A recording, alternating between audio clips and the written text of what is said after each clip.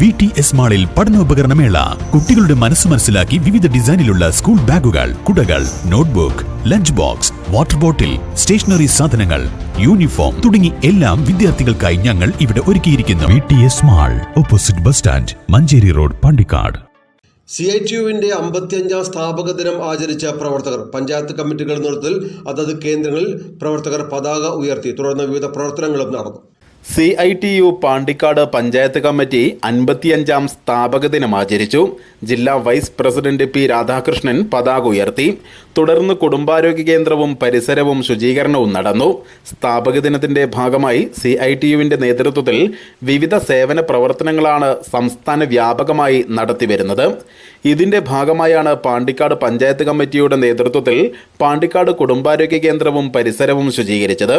മണ്ടായി ഹമീദ്, ബാലൻ Poolamanna, Jafar Ali Allapra, K. Vijayakumari, Shefeeq തുടങ്ങിയവർ പങ്കെടുത്തു.